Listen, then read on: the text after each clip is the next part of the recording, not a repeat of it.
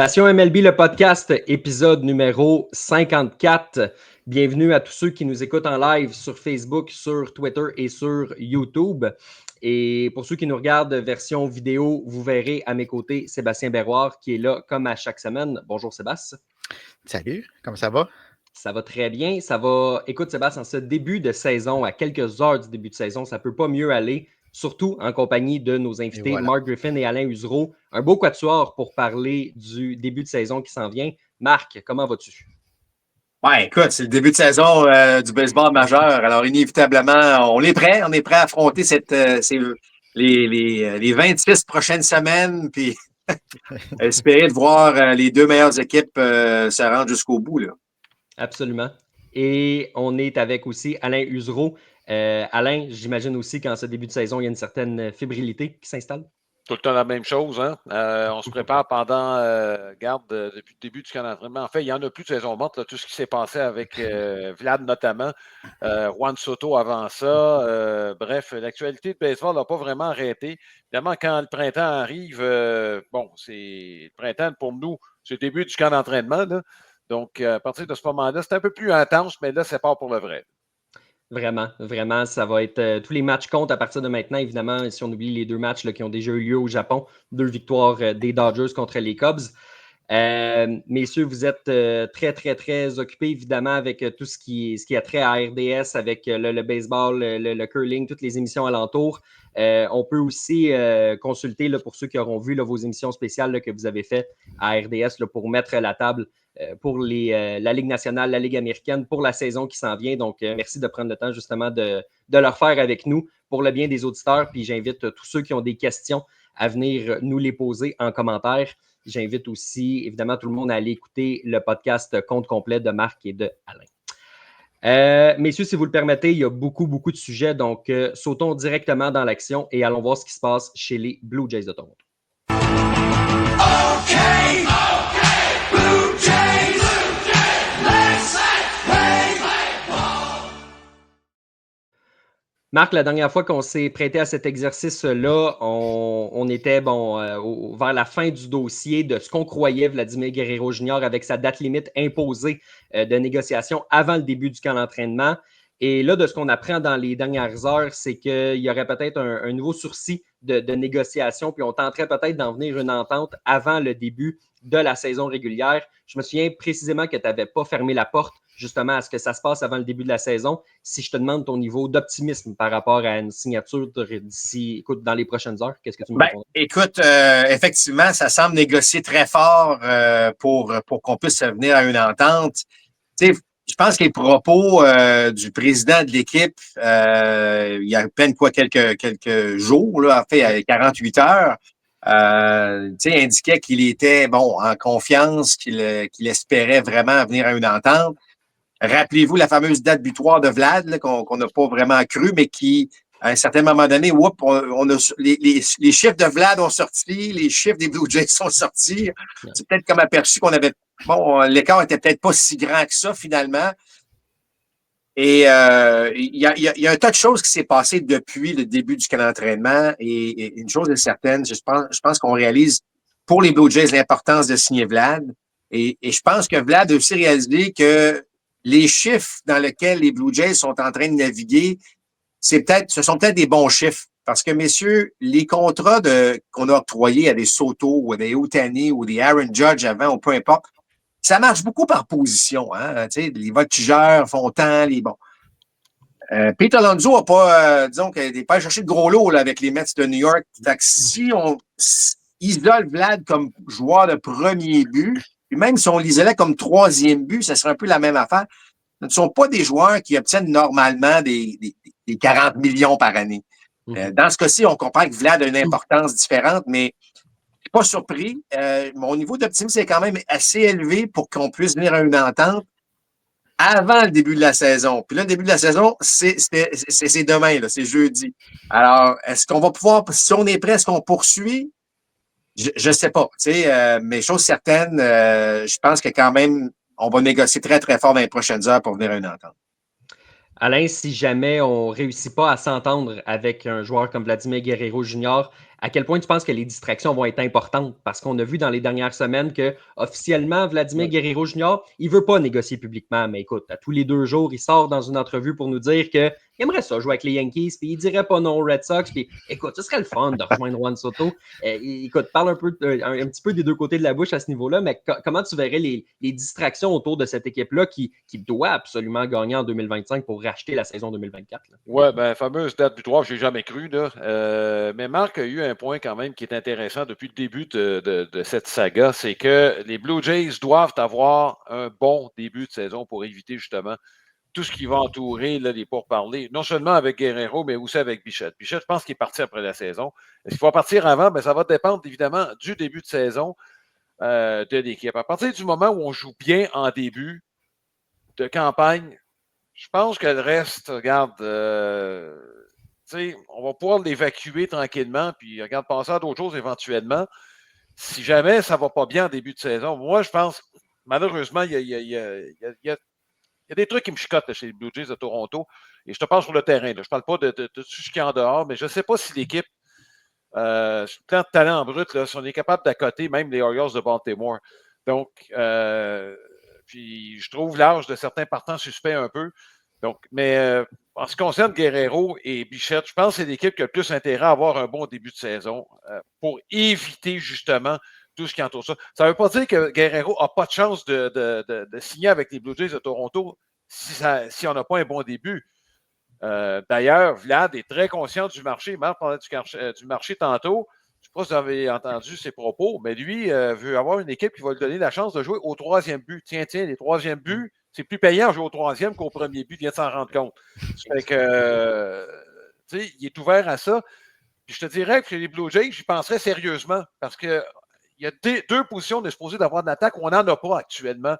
Oui, Wagner peut être bon, mais c'est pas un gars comme ça qu'on va avoir au 3e but ou qui fera peur de choix. Tu vas avoir quelqu'un qui va être capable d'avoir un minimum de puissance. Donc, en mettant Vlad au 3e, puis là, tu peux embaucher peut-être un gars, tu comprends, que tu peux placer au premier but avec un peu plus de puissance. Je ne dis pas que JD Martinez serait la solution, mais regarde, comme frappeur de choix, je ne suis pas sûr qu'il est moins bon que ce qu'on a présentement chez les Blue Jays de Toronto. Donc, tu sais, il y a encore de la place pour faire des trucs chez les Blue Jays, mais en ce qui concerne Vlad, moi, regarde, si l'argent est sur la table, il va sauter dessus. C'est pas compliqué que ce soit c'est pas arrivé au mois de mars, mais ça peut arriver au mois de mai. Moi, si c'est arrivé, ça va arriver. Puis ce qui est important à considérer aussi, Sébastien, dans tout ça, c'est que il y a beaucoup d'agents libres, on en a parlé là, abondamment dans les dernières années, qui ont regardé Toronto, qui ont dit merci beaucoup pour l'offre, mais je vais aller voir ailleurs ou je vais l'utiliser, la monnayer. Vlad Guerrero Jr. aime jouer à Toronto et il veut jouer à Toronto. Si les Blue Jays se disent on le laisse partir, premièrement, le remplacer, c'est difficile parce que ça n'arrive pas à tous les jours qu'il y a des gars de sa trempe qui sont disponibles, mais ceux qui sont disponibles, ça ne veut pas dire qu'ils veulent jouer à Toronto non plus. Non plus. Si on perd les services de Vladimir, non seulement on ne sera pas capable de le remplacer, mais on ne sera pas capable d'aller chercher personne d'autre ou presque pour combler les autres positions non plus, parce que ce n'est pas vrai qu'un joueur autonome qui n'est pas venu cet hiver, avec Vladimir encore dans l'équipe, l'an prochain, sans Vladimir, va vouloir signer à Toronto, ça va être encore pire. Donc, la signature de Vladimir est importante parce que oui, on veut conserver notre joueur franchise dans l'organisation, mais aussi pour le futur, pour bâtir une équipe gagnante. Oui, on veut gagner cette année. Je ne pense pas qu'on ait les éléments présentement pour le faire, mais on est capable de partir de cette base-là pour construire une belle équipe dans les prochaines années. Mais ça passe par de conserver Vladimir à Toronto. Alain, tu parlais justement là, de l'offensive qu'on amène au premier but, au 3e coussin, au poste de frappeur de choix. Est-ce que tu as l'impression, avec le surplus de voltigeurs que les Blue Jays ont présentement, qu'on va être tenté de placer Anthony Santander comme frappeur de choix plus souvent qu'autrement, compte tenu de l'ouverture qu'il y a là? Peut-être qu'on veut essayer de préserver avec le gazon synthétique, la surface synthétique ou quoi que ce soit. Penses-tu qu'on va le voir beaucoup comme frappeur de choix ou tu t'attends à le voir jouer quand même relativement souvent défensivement? Ben, ça va dépendre évidemment de ce que les décisions qui vont se prendre. Là. Roden, regarde, il a frappé partout. Est-ce qu'il est capable d'avoir le même rendement dans le baseball majeur? Est-ce qu'on va lui donner l'opportunité de montrer ça? Si effectivement ce gars-là peut se rendre sur les sentiers parce que c'est sa principale qualité, pas un gars qui va frapper 30 circuits par année, mais c'est un gars qui a une bonne approche au bâton. Si ce gars-là peut se développer, s'il offre une meilleure défense de Santander, c'est sûr que ça va aider l'équipe. Mais, tu sais, les positions les plus faciles à remplacer, si tu parles d'attaque, c'est frappeur de choix. Puis, premier but. C'est pour ça, tu sais, on parlait du marché. Alonso, c'est pour ça qu'il n'a pas eu ce qu'il voulait. Les joueurs de premier but, regarde, tu sais, il y a juste les Astros de Houston qui se sont brûlés avec José Abreu, là. Mais ça, on aurait pu leur dire avant de le signer. Tu sais, le nombre de coups de circuit avait baissé de façon drastique l'année précédente avec les White Sox de Chicago. Donc, les Astros, puis pourtant, sont réputés pour ne pas jeter leur argent par des fenêtres avec les joueurs autonomes. Ils sont joliment fourvoyés dans ce dossier-là. Donc, tu comprends? Mais je pense qu'il y a d'autres options éventuellement que les Blue Jays pourraient envisager. Mais si ça passe par un voltigeur de droite qui peut frapper, pourquoi pas? En ce moment, c'est sûr que tu parles d'un voltigeur de droite. Dans les dernières années, il y a George Springer qui joue dans la droite. Il est resté en santé, mais malheureusement, la production offensive n'a pas suivi. Marc, ça a justement inspiré une question de Matt que je vais te soumettre. Est-ce que George Springer a profité du système de triche pour avoir son contrat avec les Blue Jays? Parce qu'en ce moment, depuis 2 ans, écoute, la question est intéressante dans l'optique où c'est vrai qu'il fallait s'attendre à ce que ses performances soient beaucoup moins bonnes dans la deuxième moitié du contrat. Mais Marc, la deuxième moitié du contrat est arrivée vite là, dans le cas des Blue Jays. Écoute, comme Alain a dit, on aurait pu leur dire aux Jays aussi que c'était un gars comme Springer un peu plus longtemps. Tu sais, les gars, il n'y en a pas beaucoup de contrats qui font du sens. Je parle de contrats à long terme donnés à des gars comme ça. Tu sais, c'est une chose que les statistiques avancées nous ont vraiment donné là, au cours des dernières années, c'est que quand tu franchis 32, 33 ans, là, pour certains, c'est 30, là, mais certains, c'est 32, 33, ton rendement, inévitablement, surtout un gars comme Springer, qui joue au champ centre, donc tu as besoin de ta vitesse, tu utilises beaucoup tes jambes, fait que c'était inévitablement là, à 33, 34, 35, ça va diminuer. Donc, la petite fraction de seconde que tu sais, au bâton, tu l'as peut-être plus. La fraction de seconde à capter des balles ou voler des buts, tu l'as peut-être plus. Donc, je sais qu'il faut donner cet argent-là pour le moment présent, mais on sait que ça va finir très, très mal, cette affaire-là. Et c'est le cas de George Springer. Springer, dans un monde idéal, là, tu ferais une rotation à 4 voltigeurs, là, puis là, il va jouer 4 games par semaine. Là, tu vas peut-être le garder un peu. Mais lui demander de jouer tous les jours, ben, on va voir le rendement qui va venir avec. Les Blue Jays, là, on en a parlé tantôt, que ce soit Springer ou Vlad ou peu importe, ça va prendre un bon début de saison. Puis, messieurs, j'ai regardé le calendrier. C'est pas un calendrier facile pour les Jays pour amorcer la saison, loin de là. Donc, pour toutes les raisons du monde qu'on a mentionnées, ça inclut le rendement d'un gars comme Springer. On va le savoir rapidement, messieurs, en raison du calendrier.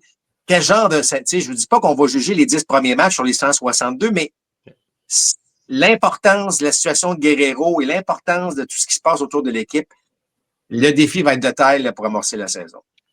Ça va être sans aucun doute l'histoire à Toronto, là, ce qui va se passer avec Guerrero, ses performances, la situation contractuelle. C'est sûr que s'il signe un contrat dans les prochaines heures, ça va régler bien des problèmes, ça va calmer la grogne, mais jusqu'à preuve du contraire, c'est pas encore fait. Sébastien, je veux qu'on se lance dans le jeu des prédictions parce que c'est ce qu'on fait en début de saison. Évidemment, on va tous regarder ça dans 6 mois et se dire « Ah, on a oublié certains éléments ou on a surestimé certains éléments, mais c'est la beauté du baseball. C'est un sport qui est pratiquement impossible à prédire. » J'aimerais ça que tu te lances en premier. Donc, on est dans le bloc des Blue Jays. Profitons-en pour faire la division Est de la Ligue américaine. Je te demanderais de te mouiller en nous donnant tes prédictions des équipes 1 à 5 au classement. De quoi ça va avoir l'air au début du mois d'octobre prochain? Bien, on est dans le bloc sur les Blue Jays, donc je vais commencer avec les Jays qui, malheureusement, pour moi, en ce moment, n'ont pas la formation pour espérer se battre avec les équipes de tête de la division et de la Ligue américaine non plus. Donc, je les place au dernier rang, pas très loin des Rays, par contre. J'ai l'impression que ça va être une lutte entre les deux, si on peut appeler ça une lutte pour le dernier rang, mais il nous manque des choses chez les Jays. Oui, le haut de l'alignement, si on commence avec Bichette, Vladimir, Santander, ça va, mais par la suite, Le reste de l'alignement, je pense que durant la saison, on va voir que ce manque de profondeur va nous faire mal. Alain, tantôt, tu parlais de la rotation qui est quand même vieillissante. Puis on a vu, oui, on a une rotation vieillissante, mais on a un jeune, Bowden Francis, qui a connu un camp d'entraînement très, très difficile. Donc, on ne sait pas à quoi s'attendre dans son cas pour le reste de la saison. Il y a beaucoup de points d'interrogation dans cette formation-là, ce qui fait que je les place dans le bas du classement. Là, il reste les 3 premières positions. Je vais continuer d'y aller avec les Yankees qui, oui, ont perdu Juan Soto. Ils ont quand même bien navigué à travers cette perte-là. La perte de Garrett Cole va faire très mal, mais je ne peux pas voir les Yankees s'asseoir sur leur laurier. Tantôt, Marc, tu parlais de quand on arrive à 32, 33 ans, Aaron Judge approche. Là, il faut capitaliser sur notre capitaine. Il faut profiter de ses dernières bonnes années. Donc, même si on a perdu Garrett Cole, il faut trouver un moyen de combler cette perte-là. Donc, je vais les placer au premier rang. Puis là, il reste les Orioles et les Red Sox. Les Orioles me font beaucoup peur, surtout dans la rotation. Je ne vois pas comment cette rotation-là peut amener les Orioles au prochain niveau. Il va falloir faire des changements. Donc, c'est ce qui me pousse à les placer derrière les Red Sox qui ont connu quand même une très belle saison morte. On attendait ça à Boston depuis longtemps, là, mais on a fait de belles acquisitions et on est sur la bonne voie à Boston.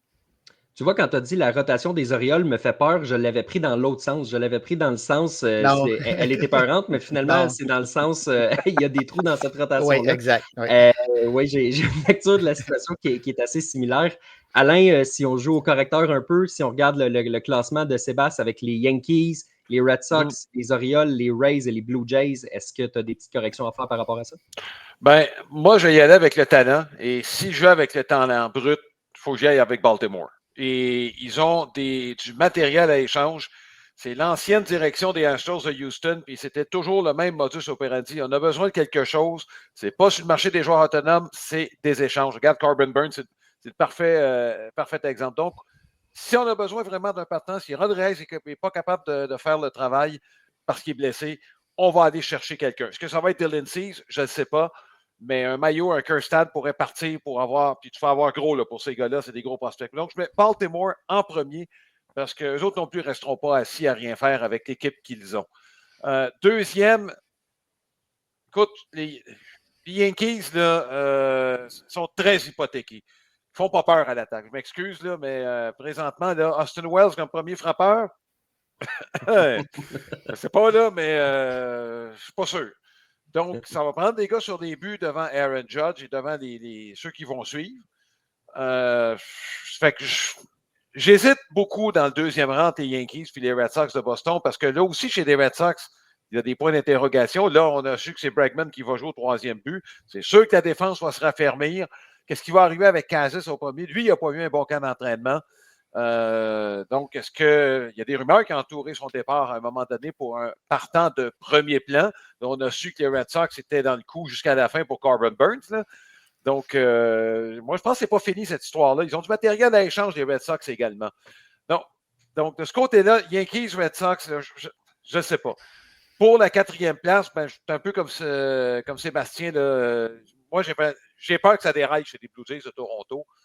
Je vais les placer quatrième quand même. Pour Francis, je ne suis pas si inquiet que ça parce que j'ai vu son dernier départ. Quand l'entraînement sert à peaufiner certaines affaires, puis son dernier départ, il était très, très bon. Donc, je ne serais pas préoccupé plus qu'il faut par Bowden Francis. En ce qui concerne les Rays, Marc pourra vous le souligner, mais ils ont un calendrier absolument atroce. Ils vont jouer dehors, ils vont jouer sous la chaleur. Regarde bien, là, rendu au mois de septembre, s'ils sont dans le coup, il va falloir qu'ils aient 10 matchs d'avance pour être capable d'être capable d'aller jusqu'au bout. Donc, j'y vais dans cet ordre-là. Baltimore, j'y vais avec les Yankees, Boston, Toronto et puis Tampa Bay. C'est un bon point que tu amènes sur les Rays aussi, le fait qu'ils vont jouer à l'extérieur. Il faut aussi mentionner qu'en raison de la chaleur accablante durant les mois d'été, on a échangé des séries avec certaines équipes de l'américaine de dire, ah ben écoute, au lieu d'aller au Minnesota, durant l'été, puis de revenir. On a décidé d'échanger pour jouer en Floride durant le printemps, puis jouer sur la route durant l'été. Il va y avoir de nombreux voyages. Puis quand tu reviens à la maison, c'est pour jouer en plein soleil. Donc, c'est sûr que les conditions vont jouer à ce niveau-là contre les Rays, que je place aussi au dernier rang. Marc, de ton côté, est-ce que c'est un classement similaire à nos deux collègues? Hey, pas du tout. Puis c'est ça la beauté de la chose, messieurs. On s'entend pas, puis c'est parfait de même. En fait, je vais m'entendre avec Alain sur la dernière place, puis je vais juste ajouter que la force des Rays, c'est quoi? C'est souvent les lanceurs partants. Et moi, en termes de talent, évidemment, c'est clair qu'il est là, mais je trouve ça fragile. Quelques-uns reviennent de blessures importantes. Mais déjà, McClanahan, lancera pas en début de saison. Fait que je pense qu'il y a beaucoup de défis qui attendent les Rays. C'est pour ça, moi aussi, que je les place derniers. Moi, messieurs, ce sont les Red Sox de Boston que je vois en tête de cette division-là. Je trouve que l'équipe ressemble drôlement à ce qu'Alex Cora cherchait. Bregman fait une énorme différence, frappeur droitier qu'on avait besoin, producteur de points.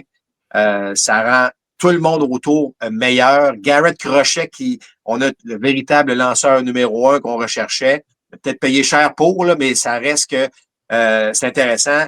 Un paquet de jeunes qui s'en vient. Campbell qui a fait l'équipe, mais d'autres pourraient suivre durant la saison. Donc, on a une espèce de relève de jeunes joueurs aussi qui pourraient venir. Donc, moi, je pense que les Red Sox ont la meilleure équipe de cette division-là.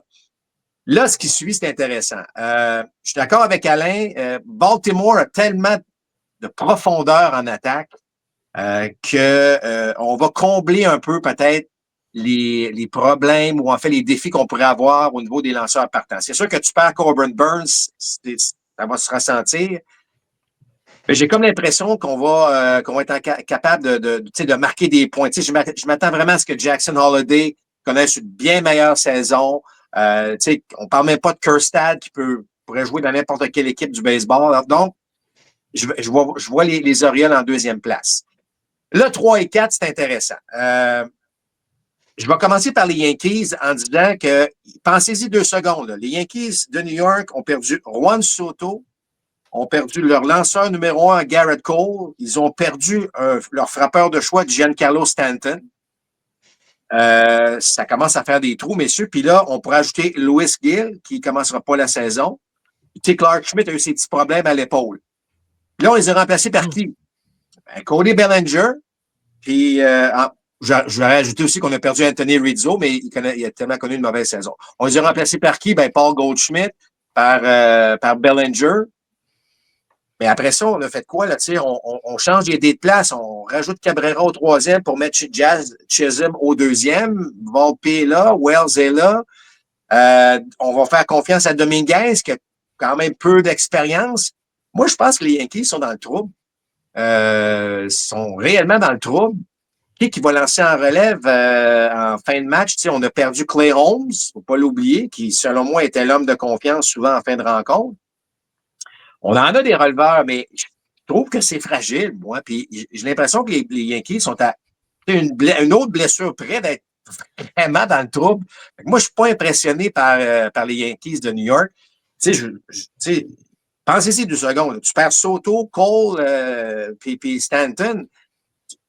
Est-ce que tu vas gagner encore 93, 94 victoires? Je ne suis pas certain, moi. Puis alors, si tu tombes à 88, 87, 88 victoires, est-ce que c'est suffisant pour devancer les Red Sox ou les Orioles? Puis je place les Blue Jays à peu près dans le même paquet, là, si vous voulez, avec les Yankees de New York. Oui, il y a des défis. Santander qui arrive, qui protège Vlad Guerrero. Si Vlad signe, puis que Bichette commence la saison en santé, puis que ça va bien, soudainement, c'est une autre équipe. Alors, il y a beaucoup de si dans tout ce qu'on dit, messieurs, là, mais la beauté de cette division Est-là, c'est que, vous voyez, on est 3 à passer, puis on a 3 équipes différentes en tête de la division. Alors, ça, pour le baseball, ben c'est parfait. C'est vrai que c'est un constat qui est intéressant. Moi, Marc, j'ai la même lecture de la situation que toi pour les Red Sox. Je pense qu'ils vont terminer au sommet. Ils ont ajouté beaucoup. Il y a un bon vent qui souffle à Boston, puis il y a des jeunes qui vont s'ajouter en plus en cours de saison probablement. Je les vois devant les Yankees au 2e rang. Je pense, comme Sébastien dit, qu'on ne se laissera pas aller. les Orioles au 3e rang parce que je pense qu'il manque de profondeur sur le monticule. Et en théorie, on peut utiliser des atouts, comme Alain le disait, pour compenser, mais je pense que c'est dur des fois de se construire une belle rotation en pleine saison. Je les vois donc devant les Blue Jays et les Rays de Tampa Bay. Sébastien, allons-y dans ce qui se passe ailleurs dans le baseball majeur et on va aller voir nos prédictions pour les 5 autres divisions.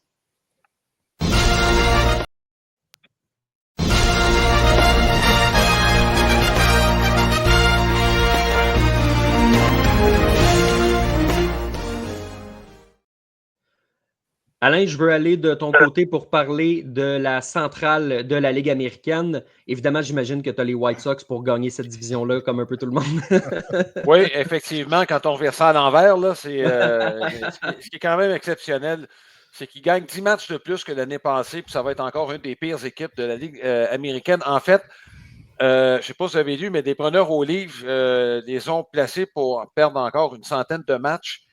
C'est 53 victoires. C'est le plus petit nombre de victoires par les preneurs au livre depuis qu'on parie sur qu'on fait nos prédictions d'avant-saison. C'est bien pour dire. Là. Moi, je pense qu'ils vont quand même devancer les Marlins, mais ça, regarde, on n'est pas dans la même section. Ça, c'est une autre histoire. Donc, ils vont être derniers. La seule question avec les White Sox, c'est qui on va garder, qui on va laisser aller. Louis Robert, j'ai quand même l'impression qu'il pourrait remporter gros. Donc, c'en est un qui pourrait partir, puis peut-être quelques autres vétérans également. Dans cette section-là, les 4 autres équipes, les gars, on se retrouve dans la même situation que l'année passée. Ils ont tous le potentiel de finir premier. Ça inclut les Twins qu'on avait placés premiers pour plusieurs. Moi, j'en suis, l'année passée. Ça tourne encore autour des 3 mêmes gars, c'est-à-dire Buxton, Correa et Lewis. Lewis déjà blessé. Là, Edouard Julien commence cette année avec l'équipe. Il y a quelques blessés, mais il faut que Pablo Lopez soit le lanceur qui était en deuxième moitié de saison en 2023. Je m'excuse, si ça n'a pas de locomotive à cette équipe-là, ça va être difficile de compétitionner avec les autres. Moi, j'aime Kansas City pour terminer premier. J'aime l'acquisition de India. Ils ont quelques jeunes qui vont probablement monter en cours de saison. Je pense que c'est un peu utopique de demander le même rendement à Salvador Perez, là. Mais Pasquantino, regarde, il va être là cette saison. Ça tourne autour de Bobby Witt, cette attaque-là. On a un bon personnel de lanceurs partants. La perte de Singer pourrait faire mal. Mais tu sais, si Reagan et Lugo sont capables d'approcher le rendement de l'année passée, tu parles de locomotive, c'en est 2 gros, ça. Là. Il n'y a pas beaucoup d'équipes qui ont un one-two punch comme ces deux-là, droitier-gaucher. Donc, je mets Kansas City, moi, en premier. Écoute, Minnesota va lutter avec Détroit. Puis Cleveland, j'ai mis 4e. Cleveland, là, il y a trop de points d'interrogation. Je sais qu'on a fait des acquisitions intéressantes. Lane Thomas va jouer l'année complète. Là, on vient d'ajouter Nolan Jones, qui a un bon potentiel. Fait que...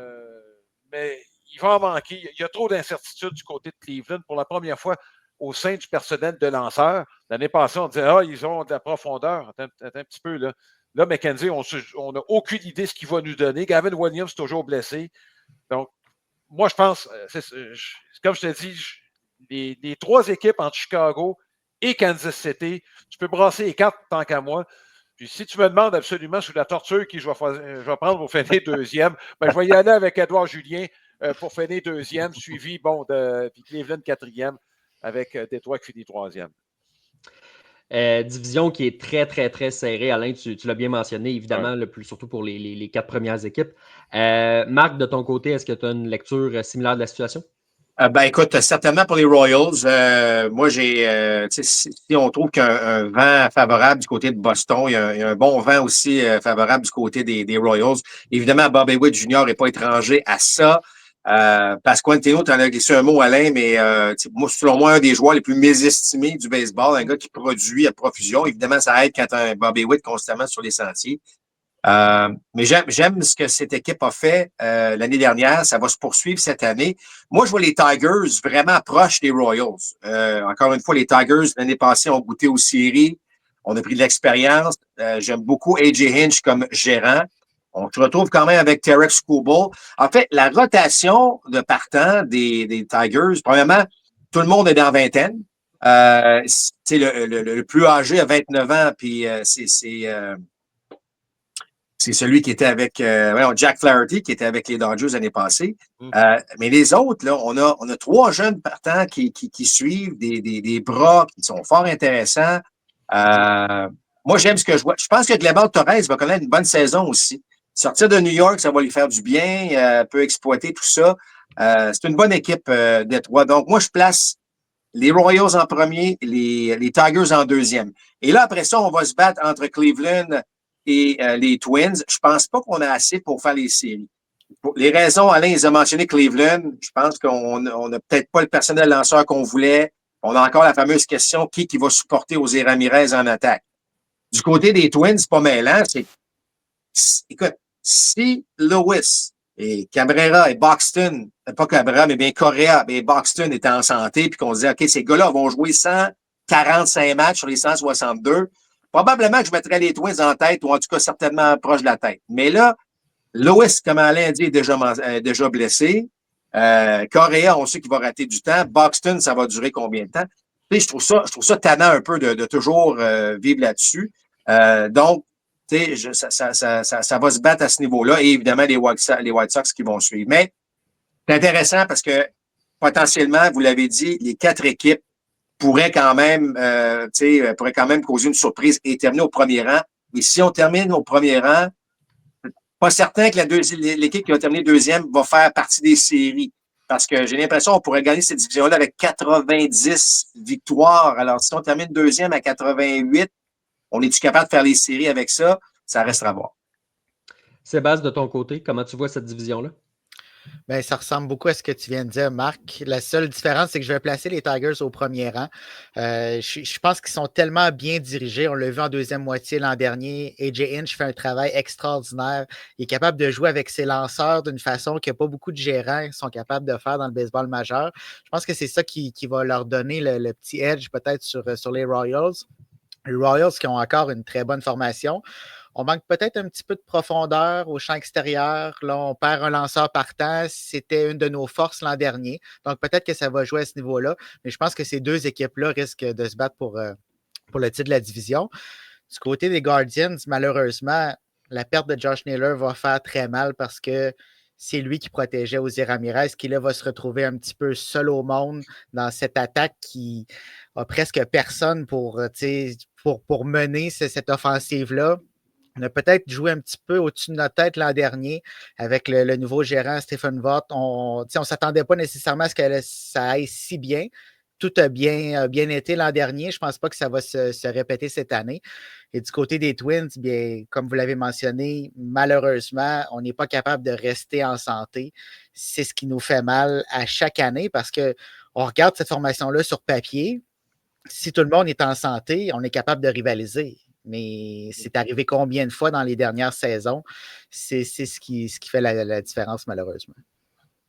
Ça va être spécial, cette division-là. Je pense, moi, que les Twins vont terminer au 4e rang derrière ces clubs-là, mais j'ai vraiment l'impression que l'écart entre 1, 2, 3, 4 va être très, très, très mince.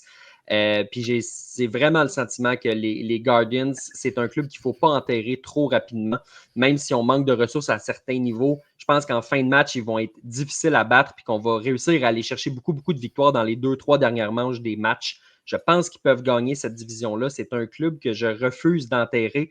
Dans les dernières années, on dirait qu'ils trouvaient toujours une façon de se relever. Un petit peu comme les Rays de Tampa Bay, je disais souvent, on ne va pas jusqu'à preuve du contraire, on ne va pas parier contre eux. L'an passé, on nous a donné la preuve du contraire. Est-ce que ce sera cette année pour les Guardians de Cleveland? Ce n'est pas impossible, mais moi, je vois quand même gros pour cette formation-là que je vois devant les Tigers et les Royals au 3e rang.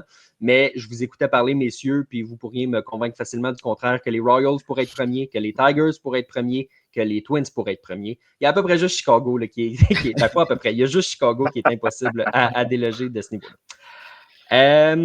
Marc, si on passe du côté de l'ouest de la Ligue américaine, les équipes du Texas, les équipes de la Californie, incluant les Aces de Sacramento, même si on ne peut pas le dire, il faut officiellement l'appeler tout simplement les Aces, et les Mariners de Seattle avec leur superbe rotation. Qu'est-ce que tu as dans les cartons pour 2025 de ce côté-là?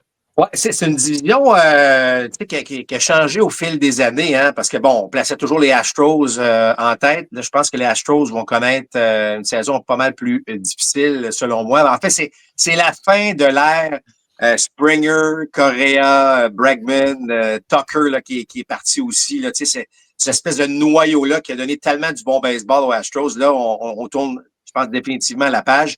Il reste des joueurs intéressants, mais je pense que ça va être un petit peu plus difficile pour les Astros. Je vais y revenir. Je pense que les Rangers du Texas sont la meilleure équipe actuellement sur papier. On dit toujours sur papier parce que on se fie là-dessus pour faire nos prédictions, évidemment, là, mais je veux dire, on a encore Semien puis Seager dans le milieu de l'avant-champ. On a encore Adolis qui fait du travail remarquable. On a quand même des jeunes qui peuvent jouer dans cette équipe-là. Il y a une belle combinaison de vétérans et de jeunes.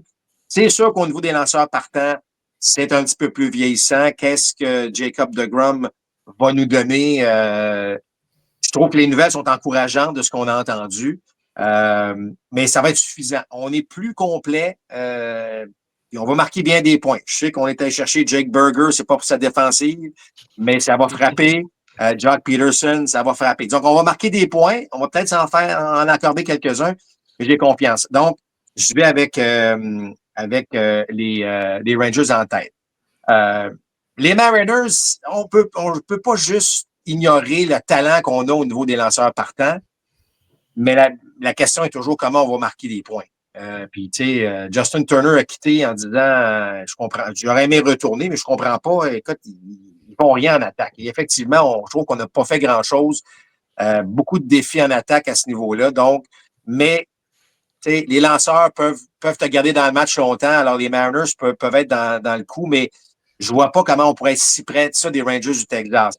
Moi, ma surprise, ça va être les A's. Je pense que les A's peuvent finir au 3e rang de cette division-là. On n'en parle pas beaucoup. Ils ont dépensé des sous pour la première fois. Ils vont jouer dans leur propre stade, un petit stade. Bon, c'est un stade de ligue mineure, mais ça reste que les conditions vont être pas mal meilleures que ce qu'on retrouve à Tampa Bay. Puis on avait déjà une bonne base avec les A's d'Oakland. Je sais que ça va être un saut important, mais je pense qu'on va avoir une belle année. Je vous ai parlé des Astros. Alors, je pense que les Astros, on va jongler là, avec la 3e et 4e place. Malheureusement, pour les Angels, on va se rapprocher là, du peloton de tête, si vous voulez, mais je pense pas que ça va être suffisant. Mike Trout n'a pas joué beaucoup de matchs depuis 3 ans. Là. Peut-on croire qu'il va en jouer 140 cette année? Je le souhaite. En fait, ce que je souhaite pour Mike Trout, c'est qu'il soit échangé éventuellement à une équipe qui pourrait aspirer aux grands honneurs. Ça coûterait cher, évidemment, aux Angels, mais bon. Mais je n'aille pas ce que je vois avec les Angels, par contre. Puis Ron Washington, c'est un gars que j'ai toujours apprécié. Fait qu'autrement dit, ce que je vous dirais, c'est que les Rangers vont remporter de la division. Les 4 autres équipes vont lutter ensemble. Je pense pas là, qu'il va y avoir une équipe qui va se retrouver avec 69, 70 victoires vraiment dans les bas-fonds du classement. Je pense qu'on va vraiment se rapprocher à ce niveau-là. J'aime ce que tu dis avec les Rangers au premier rang. Là, j'ai une lecture de la situation similaire. J'ai aussi les Aces, d'ailleurs, au 3e rang. Je pense que c'est une équipe qui peut surprendre. J'ai quand même les Astros 2e parce que c'est une équipe qui a quand même de l'expérience, mais oui, ils ont liquidé beaucoup. Je pense qu'il va y avoir une marche avec les Rangers. Les Mariners manquent cruellement d'attaque, puis s'ils n'ont pas d'attaque, ben, c'est encore pire avec le stade de lanceurs qu'il y a du côté de Seattle. Et je vois les Angels aussi au dernier rang. Sébastien, toi, est-ce que tu as les Rangers aussi au premier rang? Est-ce que tu as une autre équipe? Oui, j'ai les Rangers aussi. On dit souvent que les formations de Bruce Bochy sont bonnes une année sur 2. C'est cette année-là. Donc, ça risque de bien aller cette année, mais on a tous les éléments pour gagner la division, surtout que les Astros sont un peu diminués. Je ne crois pas vraiment à l'expérience Ozzy Altuve au champ gauche. Oui, on a fait ça par nécessité, mais on voit que ça tire à sa fin du côté des Astros. C'est probablement l'expérience qui va les tenir dans la course. Oui, on a encore quelques vétérans qui sont là depuis plusieurs saisons qui risquent de maintenir cette équipe-là à flot jusqu'à la fin de la saison. Donc, c'est pour cette raison-là que j'ai le place au 2e rang. Oui, les Aces ont fait de belles choses cet hiver. On est sur la bonne voie. On sait que dans les prochaines années, ça va être un club à surveiller. Par contre, je n'ai pas l'impression qu'on est rendu là. L'an dernier, on a connu une très bonne fin de saison. Est-ce que ça va se répercuter en début de saison cette année? Je ne suis pas encore sûr. Donc, je place les Mariners devant les Aces. malgré le manque d'offensive des Mariners, cette rotation partante-là est beaucoup trop solide pour terminer au 4e rang de la division. Et malheureusement, Mike Trout, qui encore une fois va connaître une saison difficile, pas lui personnellement, mais avec les Angels, tranquillement, pas vite, on est en train de revenir, mais c'est beaucoup trop tard dans la carrière de Trout. Alain, de ton côté, est-ce que tu as aussi les mêmes tendances qu'un peu tout le monde, les Rangers premiers, les Angels 5e, puis c'est un peu mélangé au milieu? Ça ressemble à ça pas mal, mais je te dirais que ça peut chauffer un peu plus qu'on pense au premier rang.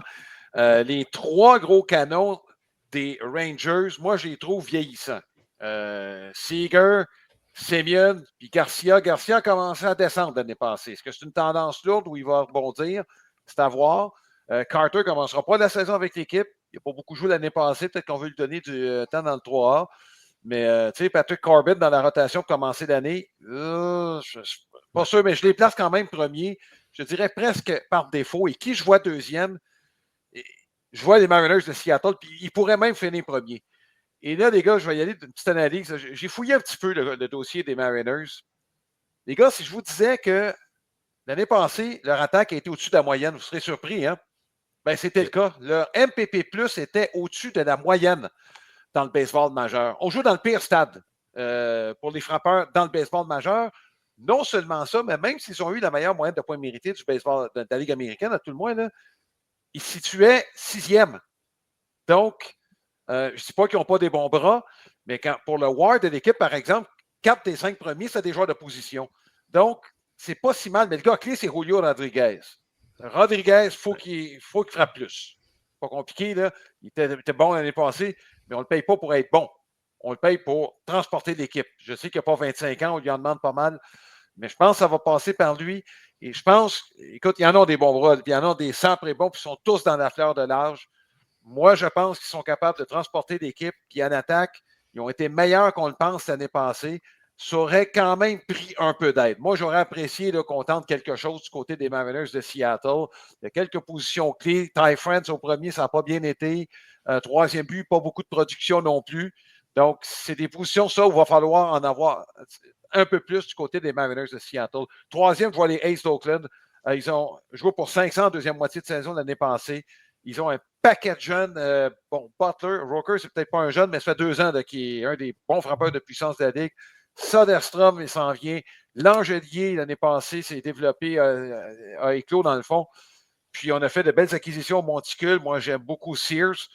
Demain, il s'est fait vers le pas à son dernier départ au camp d'entraînement. Mais bref, je les vois en avant de Houston. Houston, là, le château de cartes est en train de s'écrouler de façon assez spectaculaire.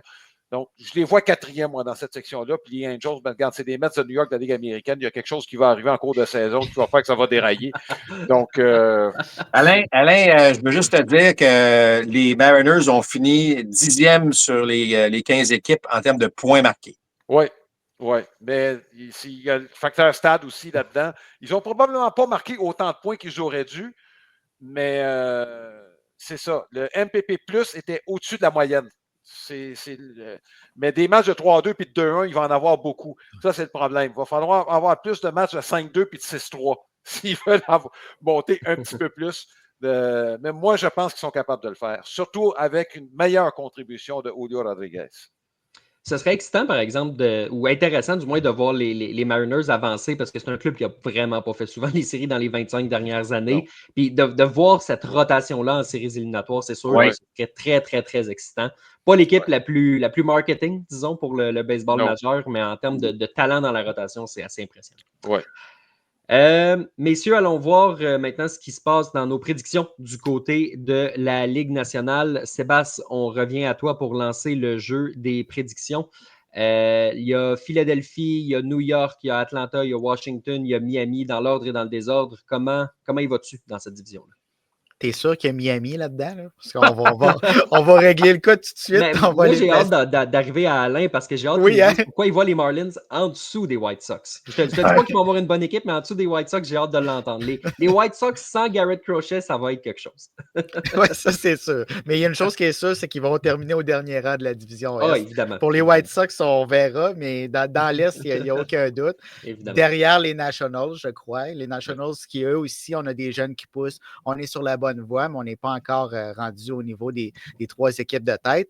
Puis pour ces 3 équipes-là, je ne sais pas pour vous, mais moi, je vais être conséquent. Je parlais de la rotation des Orioles tantôt. La rotation des Mets, j'y crois pas beaucoup. Oui, on a ajouté Juan Soto qui va faire une différence énorme offensivement. Mais tu as Clay Holmes qui débute la saison comme le partant numéro 1, supposément, de cette équipe-là. Oui, on a des blessures, mais il ne faudrait pas qu'il y en ait d'autres blessures chez les Mets parce qu'on va être rapidement dans le trouble à ce niveau-là. Donc, moi, je les place au 3e rang, vont être dans les séries éliminatoires, mais dans cette division-là, avec les Phillies qui ont beaucoup d'expérience, qui veulent gagner, ils sont rendus à ce niveau-là. Il n'y a pas vraiment d'autre option qu'un championnat à Philadelphie. Et les Braves, si on demeure en santé, ça va être la clé. Je les place au 1er rang s'ils demeurent en santé avec Alex Anthopoulos qui dirige cette équipe-là de main de maître, avec Ronald Acuna qui est de retour. Oui, au début de la saison, ça va être assez tranquille pour Acuna, mais je pense qu'il va prendre son rythme, qu'il va traîner cette équipe-là. On est tellement complet à tous les niveaux chez les Braves. Si on peut finalement demeurer en santé, comme ça a été le cas quand on a remporté le championnat, j'ai l'impression que cette équipe-là peut terminer au 1er rang, peut chauffer les Dodgers rendus en séries éliminatoires. Donc, je vais les placer au 1er rang. Ça va dépendre de l'état de santé de chacun des joueurs clés des Braves. Mais les Phillies ne seront pas très loin, selon moi. Puis Dombrowski ne restera pas les bras croisés. Si on a un besoin pour une position ou dans la rotation, dans l'enclos, on va bouger parce qu'à Philadelphie, on est rendu à passer à ce prochain niveau-là. Alain, ta lecture de la situation, est-ce que ça ressemble à celle de Sébastien? Moi, je vais les mettre. Je vais les mettre premier. Écoute, les lanceurs partants là, de l'équipe, là, ils ont connu un sacré bon camp d'entraînement. Clay Holmes n'a rien donné. Senga a été limité, mais quand on l'a utilisé, il était bon. Moi, je pense que les lanceurs partants, c'est peut-être un des aspects les plus mésestimés. Regarde, c'est un camp d'entraînement, mais ce qu'ils ont fait pendant le camp, c'est impressionnant. Ils sont plus jeunes. Ils sont plus jeunes que les Phillies. La formation je parle des joueurs de position, là. Il y a une grosse différence d'âge entre les 2 équipes, puis moi, je pense que ça va jouer gros. Ce qui va faire mal, c'est l'absence d'Alvarez en début de saison. Moi, j'ai hâte de voir Vientos à temps plein. Il y a très bonne deuxième moitié de saison l'année passée. Alonso est de retour. Moi, je les vois premier. Deuxième, ça va être chaud entre les Braves et les Phillies. Je pense que les deux ont des bonnes chances de faire les séries. Écoute, les Phillies, ce que j'aime pas, c'est l'âge de l'équipe. C'est pas compliqué, là, c'est l'âge de leur joueur de position. J'ai comme l'impression que ça pourrait casser. C'est pas compliqué, là, même si leur rotation de partant est très solide. Mais moi, l'âge de l'équipe me fait peur. Mais c'est une équipe qui est bâtie pour gagner cette année puis l'année prochaine. Après ça, regarde, on verra ce qui va arriver. Mais j'ai l'impression que les Mets vont les devancer. Donc, les Phillies, je les mets deuxième. Je mets les Braves troisième. Washington ne sont pas prêts encore. Puis pourquoi les Marlins dernier derrière les White Sox de Chicago? Pas compliqué, les gars. Il n'y a pas de Luis Robert avec cette équipe-là. Il n'y a même pas d'Andrew Vaughn avec les Marlins. Tu comprends? Donc, je veux dire, en attaque, là, ils ont un bon deuxième but, un bon joueur d'arrêt-court avec Lopez et Edwards. Mais après ça, c'est tous des jeunes qui n'ont rien prouvé encore. Puis il n'y a pas de prospects. Il y a des bons joueurs, des bons talents, mais des prospects de premier plan. Tu te dis, lui, tu sais, tu n'as pas Jackson Holliday là, dans ce groupe-là. Là. Donc, c'est pour ça que les Marlins, moi. Puis en plus de ça, c'est la pire organisation du baseball majeur. Donc, pour toutes ces raisons-là, je les mets derniers dans le baseball majeur. Excellent, c'est un point de vue qui se défend bien. Marc, de ton côté, j'imagine qu'on y va avec les Marlins 5e aussi. Sinon, comment tu vois ça? Oui, écoute, on va tout de suite régler ce problème-là. Là, les Marlins, effectivement, vont être derniers pour toutes les raisons que Sébastien ou Alain ont mentionnées. Là, je suis tout à fait d'accord. En fait, il y a 2 choses. Est-ce que combien de temps Sandy Alcantara va rester avec les Marlins? Parce que c'est à peu près le joueur qui a le plus de valeur. Puis, ça va être le fun de suivre Otto Lopez. Après ça, là, ça va être un peu plus difficile. Moi, écoutez, moi, je vois les Phillies en première place.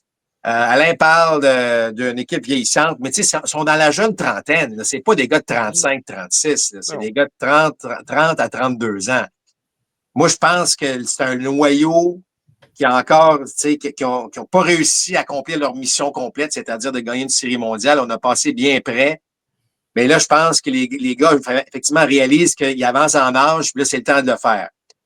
Il n'y a pas de faille. Max Kepler est venu même combler un besoin. Là. Il n'y a pas eu beaucoup de changements, mais lui, je pense qu'il pourrait bien se moudre à cette équipe-là. Luzardo, Alain l'a dit, c'est une très, très bonne rotation de partant. Fait que moi, je pense que les Phillies vont remporter le titre de cette division-là. Suivi de près par les Braves. Moi, là, j'ai vu Strider au camp d'entraînement. Écoute, il va être dominant.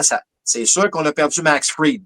Mais Strider, en revenant, va rendre tout le monde un peu meilleur parce que je pense pas que Chris Sale va être capable de répéter ce qu'il a fait l'année passée, mais il va être quand même très bon cette année. Schwallenbach est un gars qu'on oublie, mais qui va devenir le 4e partant de l'équipe. Donc, moi, j'aime ce que je vois des Braves. On a toujours eu du succès en allant chercher des joueurs autonomes qui, sans être des vedettes, ont fait du travail remarquable. Fait que Profort qui est là. On est allé chercher Verdugo aussi. On se donne un peu de profondeur à ce niveau-là.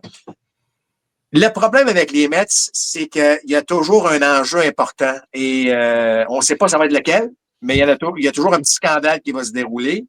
C'est sûr que c'est une meilleure équipe avec Juan Soto. Le one-two punch là, avec Lindor et Soto va être un des meilleurs du baseball. Ça, j'ai pas de problème avec ça, mais il manque un petit peu de finition. Je suis d'accord avec Seb au niveau de la rotation. Moi, Alain, quand l'entraînement, j'y crois, mais la saison, c'est d'autres choses. Puis là, on a perdu un peu de profondeur avec la blessure à Menea puis des gars comme ça. Donc, puis souvent, regardez bien ça, messieurs, la première année d'un joueur, parce que les Mets enseignent des joueurs autonomes, là, mais souvent, la première année de ce joueur-là, c'est pas la meilleure. Il y a toujours une espèce d'adaptation à faire avec les Mets. Prenez Francisco Lindor, lorsqu'il a signé son gros contrat, ça a été une saison un petit peu difficile. Je ne dis pas que Juan Soto va connaître une saison difficile, parce que même une saison difficile de Juan Soto, ça va être une excellente saison, là. Mais pour toutes ces raisons-là, je pense que les Mets vont faire les séries, mais ils vont finir au 3e rang. J'aime beaucoup ce que je vois des Nationals. Ça va être une équipe bien, bien le fun à regarder, messieurs. Ils vont donner pas mal plus de défis aux autres équipes, mais effectivement, on n'est pas encore rendu là. Donc, Philadelphie, Atlanta, les Mets, suivi des Nationals et des Marlins. Est-ce que je peux me permettre d'ajouter un petit quelque chose? Les Mets commencent la saison avec 3 partants sur la liste des joueurs blessés. Oui, c'est ça. C'est ça. La profondeur, là, elle est moins là. Manaya, Montas et Blackburn. Ça va être un bon défi pour les Mets, ça, c'est sûr. C'est la raison pourquoi je ne les ai pas mis au sommet de cette division-là. Justement, là, je suis un peu de la même lecture là, que Sébastien Marc. Là, j'ai peur de cette rotation-là. Puis Cléon, je pense qu'il va avoir un bon début de saison, mais on le sait, les gars, des releveurs qui se transforment en partants. À un certain point, ça s'essouffle. Passer le match des étoiles, rendu dans la course aux séries, si ce n'est pas les blessures, ça peut être les performances. Donc, j'ai mes doutes avec cette rotation-là, mais c'est quand même une équipe qui a du punch. Puis, il ne faut pas oublier que si Papa Cohen décide qu'il va chercher un joueur à la date limite des transactions, ça peut changer la donne. Mais je les vois au 2e rang, très, très, très peu devant les Braves au 3e rang. Pour moi, ça va être très, très, très serré. Les Braves ont connu un hiver plus difficile. Il y a des blessés, mais il ne faut quand même pas les sous-estimer. C'est une équipe qui est remplie d'expérience. Mais j'ai quand même, malgré tout, au premier rang, les Phillies de Philadelphie. C'est une équipe en qui je crois beaucoup. Zach Wheeler est un joueur transformé depuis qu'il a signé avec les Phillies de Philadelphie. Il guide cette rotation-là de main de maître. Et je pense que Bryce Harper commence à avoir très, très faim. Il veut avoir sa bague de la Série mondiale. Comme Alain l'a dit, c'est une équipe qui vieillit. Donc, je pense qu'il sait là, que la fenêtre des Phillies de Philadelphie, là, c'est vraiment maintenant ou jamais si on veut essayer de gagner avec la composition actuelle. Donc, je pense que ça va se ressentir durant la saison régulière. Alain, je te lance la balle pour ce qui est de la division centrale de la Ligue nationale. C'est quoi ta lecture de la situation dans tout ça? Écoute, quand la journée a commencé, je regardais ça, je me disais, les Reds sont l'équipe la plus talentueuse. C'est la même logique avec les Orioles de Baltimore, du point de vue talent. Sauf que je trouve que la liste des blessés s'est allongée pas mal aujourd'hui chez les Reds de Cincinnati. Je vais quand même les prendre pour terminer premier. J'aime l'acquisition de Singer. Ils ont des bons lanceurs partants. Ils en ont une coupe sur la liste des joueurs blessés. Lauder s'est ajouté. Abbott aussi aujourd'hui. Donc, Stevenson, le receveur, c'en est un autre. Ouais. Mais on a de la profondeur. Là. McLean va revenir. Puis, moi, je crois aux Reds cette année. Les Cubs vont terminer 2e. Tucker, ça va les aider, c'est sûr. Moi, j'aime la rotation des partants. Steele, c'est un gars qui est, je pense, mésestimé. Si ce gars-là est capable de lancer une saison complète avec un minimum d'appui à l'attaque, ce qu'il n'a pas eu l'année passée, là, mais je pense que ce gars-là est capable d'être un excellent deuxième derrière Imanaga. Imanaga qui est très, très bon. Je pense qu'il va être encore plus à l'aise cette année. Donc, je mets les Cubs deuxième. Troisième, je mets les Pirates de Pittsburgh. Skeens et Jones sont capables de tirer cette équipe-là. Ces deux partants-là, 2 fois sur 5, et je pense qu'ils sont capables de faire quelque chose, moi. Regarde, Milwaukee, là, écoute, d'habitude, on avait quelques partants. Là, Peralta va se sentir tout seul pas mal au cours de la saison 2025, j'ai l'impression. On parlait de lanceurs qui pourraient être disponibles en cours de saison. Là. Si on commence mal, c'en est un qui pourrait changer d'équipe. Surveiller les Orioles de Baltimore. Puis, les Cards de Saint-Louis, c'est bien dommage, mais ils sont pris avec Nolan Arenado. Ils vont finir dernier cette année. Je veux dire, le réseau de filiales, honnêtement, là, a failli au cours des dernières années avec les Cards de Saint-Louis. Puis ça commence à apparaître. Il y a des gars, Jordan Walker, là, il est temps qu'il en donne. Il y en a d'autres qui sont arrivés en cours de route. Il y a eu quelques surprises comme Burleson l'année passée. Mais il y en a d'autres comme Carlson qui n'ont pas produit à la hauteur des attentes. Donc, les Cards, il va falloir se regarder dans le miroir. On a fait quelques très mauvaises transactions qui leur ont fait mal. Ça va être une autre saison de misère à Saint-Louis.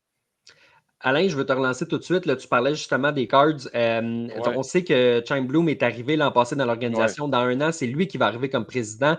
Il a été controversé, évidemment, à Boston pour les partisans qui ne l'ont pas toujours aimé, mais en ce moment, on voit vraiment les fruits de son travail. Lui, il voulait reconstruire le réseau des filiales des Red Sox et il est arrivé en ce moment. C'est fleurissant ce qu'on voit du côté de Boston. Est-ce que tu penses qu'à court, moyen, long terme, on pourrait revoir ces résultats-là, mais peut-être du côté de Saint-Louis, d'avoir une banque de jeunes qui vont peut-être remonter dans cette organisation-là? C'est l'ADN des Cards. Puis quand il est arrivé à Boston, c'est le mandat qu'on lui a donné. Puis à un moment donné, l'équipe ne gagnait pas assez vite. On s'est dit, OK, tu t'en vas. Regarde, dans 5 ans, on s'en parlera. Dans 5 ans, si on est dans la même situation que les Red Sox, où ils sont cette année, on dira mission accomplie. Avant ça, je ne peux vraiment pas te répondre. Évidemment, il faut que Chaim Bloom mette son empreinte sur cette organisation-là. Il faudra faire nos devoirs, il faudra mieux repêcher et développer. Ouais. Mais regarde, même dans 2 ans, il va être trop tôt pour juger du travail de Chaim Bloom. Absolument. Marc, de ton côté, dans cette division-là, c'est quoi ta lecture de la situation? Écoute, juste pour renchérir sur ce que vous venez de dire, et effectivement, c'est un peu frustrant pour Chaim Bloom parce que même s'il fallait qu'il gère une équipe du baseball majeur, ça reste que, comme Alain dit, son mandat était de redévelopper le système complet du réseau de filiales. Puis, écoute, des gars comme Campbell, en fait, les 3 prospects là, meilleurs, Campbell, entre autres choses, c'est tous des gars, évidemment, qui sont produits de Chaim Bloom. Alors, je pense que c'est une bonne acquisition pour Saint-Louis éventuellement, mais il va falloir effectivement faire nos devoirs davantage. Un peu comme Alain, moi, je les place au dernier rang de la division parce qu'il y a quand même beaucoup de talent dans cette division-là. Moi, j'ai une lecture similaire, sauf que je mettrais les Cubs en tête, les Reds deuxième. J'aime ce que je vois des Cubs. Moi, je trouve que Kyle Tucker est un joueur mésestimé dans le baseball. Ouais. Je trouve que c'est un gars qui va pouvoir éclore davantage avec les Cubs. Il jouait avec Alvarez, Altuve, un paquet de gars avec Houston. C'était parfait, là, mais là, je pense qu'il va prendre toute la place qui lui revient. Un autre joueur qui va peut-être surprendre, c'est Pete Crow Armstrong. Moi, je pense que ce gars-là, cette année, va devenir un joueur, je dirais pas étoile, mais qui va vraiment, là, offensivement, là, débloquer. Parce qu'on a toute une ligne de centre là, avec les Cubs de Chicago. Areco, deuxième but, chancante. On va attraper la balle. On est bon en défense. Des belles choses. Puis là, ce que j'ajouterais pour les Cubs, c'est que on a payé à gros prix Craig Counsell. Puis Counsell est arrivé l'année passée. Ça a été décevant, on va se le dire. Là, c'est pas le rendement qu'on souhaitait.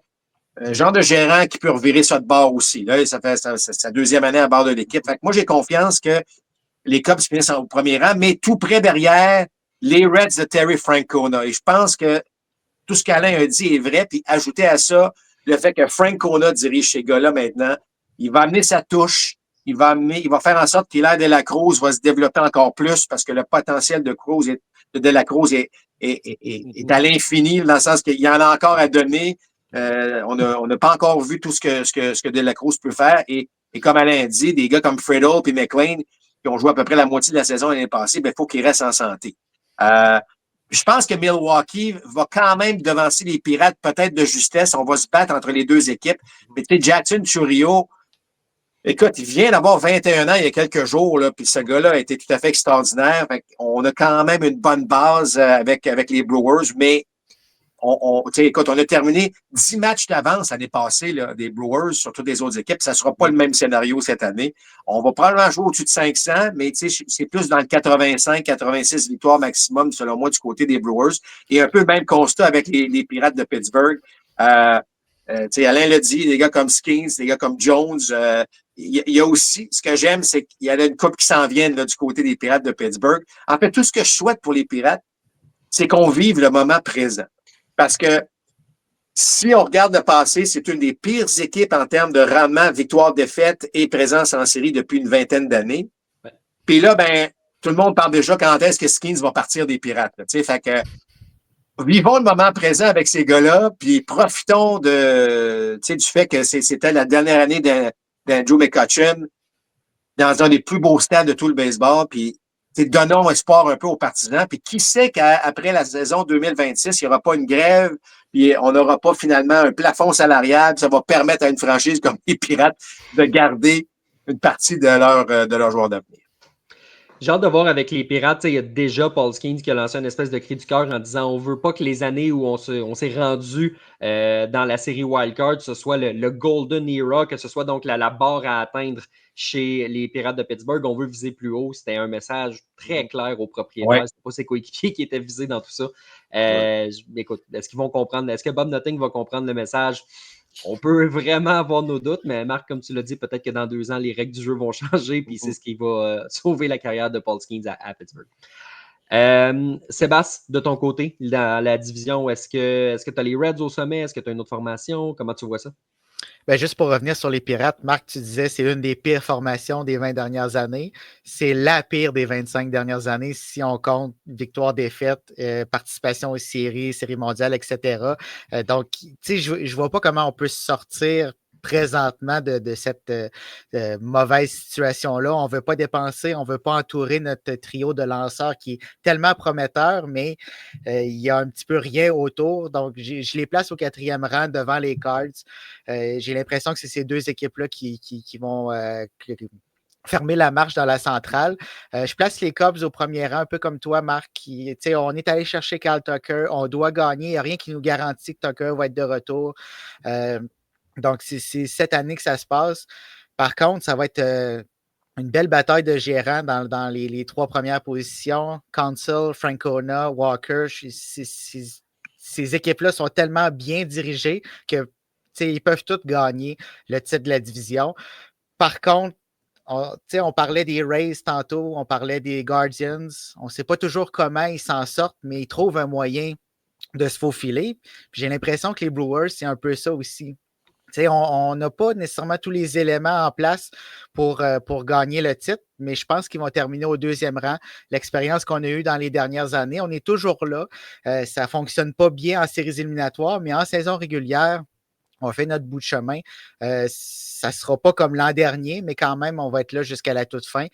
Et les Reds, on a une jeune formation, on a des blessures, on est bien dirigé, donc on est sur la bonne voie. Mais est-ce qu'on est rendu à gagner le titre de la division? Je ne suis pas sûr. Mais cette lutte-là entre les 3 équipes de tête, c'est vraiment difficile à prédire en ce moment. Moi, messieurs, j'ai une seule équipe qui fait les séries dans cette division-là et je pense qu'elle va avoir une coche sur les autres. J'ai les Reds de Cincinnati. Je pense qu'il va se passer quelque chose de spécial là-bas. On fait les choses de la bonne façon depuis quelques temps. Terry Francona, il pourrait avoir un impact là, comme il y a eu à Cleveland, puis comme Vogt a eu à Cleveland, justement, quand il a remplacé un gars comme Terry Francona l'an passé. Par la suite, je pense qu'il y a une marche, mais j'ai l'impression que les Brewers, je pense un peu comme Sébastien, peuvent se rendre au 2e rang. Je veux qu'on souligne le travail de William Contreras, qui n'a pas exactement les mêmes habiletés que son frère derrière le marbre. On parle beaucoup d'Adley Rutschman quand on mentionne les jeunes receveurs de franchise, puis avec raison.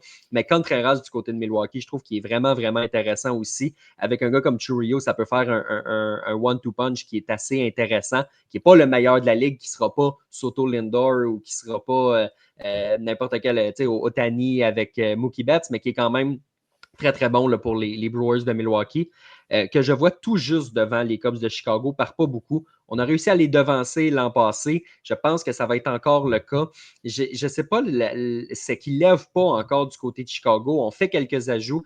Ça ne fonctionne pas toujours. Je pense que Kyle Tucker va avoir une belle saison, mais peut-être pas au point de propulser le club en séries éliminatoires. Et j'ai les Pirates de Pittsburgh au 4e rang. Jared Jones qu'on va arrêter de lancer pendant 6 semaines. Ça veut dire un autre 6 semaines avant de pouvoir recommencer à lancer dans le baseball majeur. Quelques mois sans lui, ça va être difficile. Je pense que Paul Skeens va se sentir très, très seul, mais ça va quand même leur permettre de finir devant les Cardinals. Marc, on est rendu à la division ouest de la Ligue nationale. Dis-moi donc, as-tu les Dodgers au premier rang? Ben oui, écoute, je vais surprendre tout le monde en plaçant les Dodgers en tête. En fait, la question des Dodgers, c'est est-ce qu'on en gagne 105, 106? On a le potentiel certainement d'aller jusque-là. Mais attention aux Diamondbacks, messieurs. Moi, je pense que les Diamondbacks vont terminer au 2e rang. C'est une équipe nettement améliorée avec, évidemment, Corbin Burnes. On avait déjà un personnel de partant qui était quand même assez solide. On ajoute Burnes à ça. Puis tu regardes de haut la formation là, des Diamondbacks. Tu parlais de one-two punch. Ketel Marte, là, on n'en parle pas beaucoup parce que quel joueur de balle. Avec Corbin, un one-two punch, je veux dire, il y a quelque chose là. Il y a quelque chose là. Puis le fait que Naylor arrive, Naylor va donner plus d'attaques que Walker, peut-être un peu moins en défense, mais on va. Écoute, les Diamondbacks, surprenamment, ont fini parmi les meilleures attaques du baseball l'année passée. C'était au Monticule qu'on a eu des problèmes. Alors, imaginez maintenant avec Burnes, puis probablement que tous les autres partants vont avoir l'effet Burnes, là, on va être encore un peu meilleur. Fait que moi, je pense que les Diamondbacks vont pouvoir chauffer quelque peu les Dodgers. On les rattrapera peut-être pas, mais on va créer une course. Après ça, tu vas avoir les Padres de San Diego. On a dépensé beaucoup dans les dernières années. Ça n'a pas marché. Le changement de propriétaire n'a pas aidé la cause, évidemment, des Padres. C'est encore une très bonne équipe. On va probablement chercher un 86-87 victoires, mais ce ne sera pas suffisant pour rattraper les deux autres équipes, selon moi. Jackson Merrill est un joueur à surveiller, évidemment. Là, évidemment, des jeunes chansantes qui vont bien, là, ça m'attire toujours. Les Giants, enfin, on a mis un joueur autonome sous contrat, entre autres avec William Adamez. Ça va être meilleur. Adamez ne frappera pas 30 circuits à San Francisco. Là. On parlait de stade là, avec les Mariners tantôt. Ce n'est pas un stade qui favorise les frappeurs à San Francisco. Mais ça va favoriser Justin Verlander, par exemple, qui lui est lanceur, qui ne semble pas vieillir, a connu un très bon camp d'entraînement. Puis on a, selon moi, une bonne équipe sur les Giants, mais une équipe qui va en gagner 85, 86. On est autour de ça encore une fois. Et évidemment, les Rockies qui vont terminer au dernier rang, mais qui, eux aussi, s'en viennent pas si pire. C'est autour des lanceurs que c'est atroce qu'il va falloir... Puis Alex Agostino nous en a parlé un peu, là, que ils sont en train de tout changer la philosophie de l'organisation à ce niveau-là. On va vraiment se concentrer sur les lanceurs dans les prochains repêchages parce qu'on a une belle banque de jeunes joueurs de position présentement avec les Rockies, mais vous comprendrez qu'il n'y a pas beaucoup de lanceurs qui veulent aller lancer là-bas. Donc, il va vraiment se fier au développement des joueurs là-bas. Donc, tout ça pour dire que belle course entre les Dodgers et les Diamondbacks. Les deux autres équipes de milieu là, avec les Padres et les Giants et finalement les Rockies. J'ai rien à corriger là-dessus. J'ai exactement la même liste que toi, 1, 2, 3, 4, 5. Je pense, Sébastien, dis-moi si je me trompe, mais je pense que c'est la division où ça va probablement se ressembler le plus là, à travers les prédictions. Il va peut-être avoir quelques petits changements, des Padres, Diamondbacks inversés, mais les Dodgers vont être premiers, les Rockies vont être 5e. Je pense que beaucoup placent les Giants 4e aussi. Ouais, c'est pas mal la section la plus unanime. Moi, le seul petit changement que j'ai, c'est les Giants devant les Padres 3 et 4. Sur papier, présentement, les Padres ont une meilleure formation, mais on se dirige vers une vente de feu. Il reste à savoir à quel moment on va faire cette vente de feu-là. Ouais. Si on se rend compte en début de saison qu'on ne sera pas capable de rivaliser avec les clubs de tête, peut-être que les Dylan Cease, Cronenworth, etc. vont quitter. Fait que c'est pour cette raison-là que je place les Giants, mais sinon, le reste de la section, c'est exactement pareil. Alain, de ton côté, tu avais l'air d'approuver les propos de Sébastien? Oui, c'est exactement ça, San Diego. En fait, mon hésitation, moi, c'était 3-4. San Francisco, j'aime bien ce qu'ils ont fait. Ils sont en train d'intégrer quelques jeunes. Mais ce qui leur manque vraiment, c'est ce que je dis toujours, ça, c'est la méthode Whitey-Herzog, c'est le gros gorille dans le milieu de la formation. Ils ne l'ont pas présentement. Tu sais, Brian Sabian n'avait pas de problème tout le temps qu'il était là. C'était Barry Bonds, puis Barry Bonds pendant 15 ans. Mais on ne l'a plus, ce gars-là. Donc, mais j'aime au monticule, tu sais, ta locomotive, tu l'as avec Logan Webb, qui parle de lanceur mésestimé, là. C'en est un très bon, lui, là. Ouais. Les meilleures balles tombantes là, dans le baseball majeur.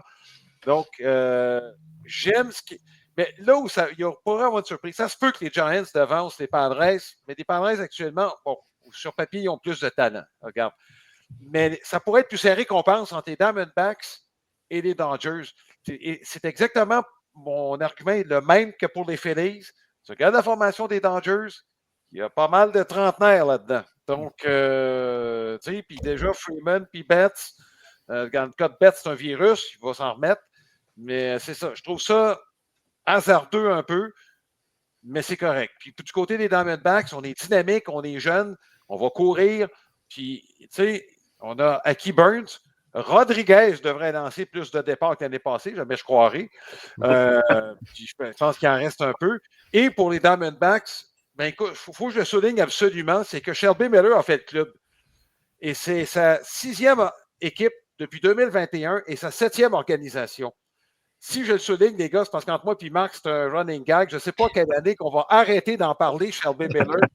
J'ai l'impression que ce gars-là a 9 vies. À un moment donné, tu dis c'est terminé. Ben non, il ressuscite toujours à quelque part. Je ne peux pas faire autrement que lever mon chapeau envers la ténacité de ce vétéran-là qui a réussi à se refaire une carrière malgré le fait qu'on l'a. Regarde, on l'a mis à terre plusieurs fois depuis 10 ans puis il rebondit tout le temps quelque part. Puis Alain, ce qui est spécial, c'est qu'il a 9 vies comme s'il était un lanceur gaucher. Exact. Ouais. Comme quoi, quand tu es capable de lancer autour de 90, puis tu es capable de la placer autour du marbre, puis il y a tout le temps de la place pour toi quelque part. Oui, absolument. En tout cas, Sébastien, je tiens à te dire que je suis content de ne pas être dans ta position parce que Alain a l'air d'en avoir contre les trentenaires.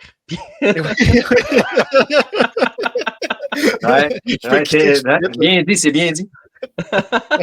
Mais les Dodgers, clairement, là, le but, ça va être de se préparer pour les séries éliminatoires. Parce que, écoute, Marc, tu l'as dit, c'est que ce soit 105, 108, 112, 113 victoires, on va participer aux séries. Il n'y a personne qui en on a tellement de profondeur, puis on n'a pas. Betts n'a pas joué, Freeman n'a pas joué, 2 victoires contre les Cubs de Chicago, ça n'a même pas paru. Ouais. Fait que, les gars ceux qui remplacent les réguliers font aussi le travail. Kiki Hernandez a l'air d'un joueur, lorsque ça compte, qui devient, ma foi, Babe Ruth. C'est comme.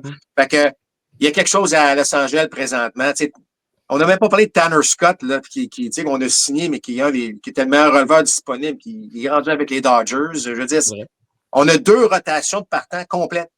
Puis la deuxième rotation serait probablement la première dans la majorité des autres équipes. Fait que c'est complètement fou là, ce qu'on est en train de faire avec les Dodgers. Là.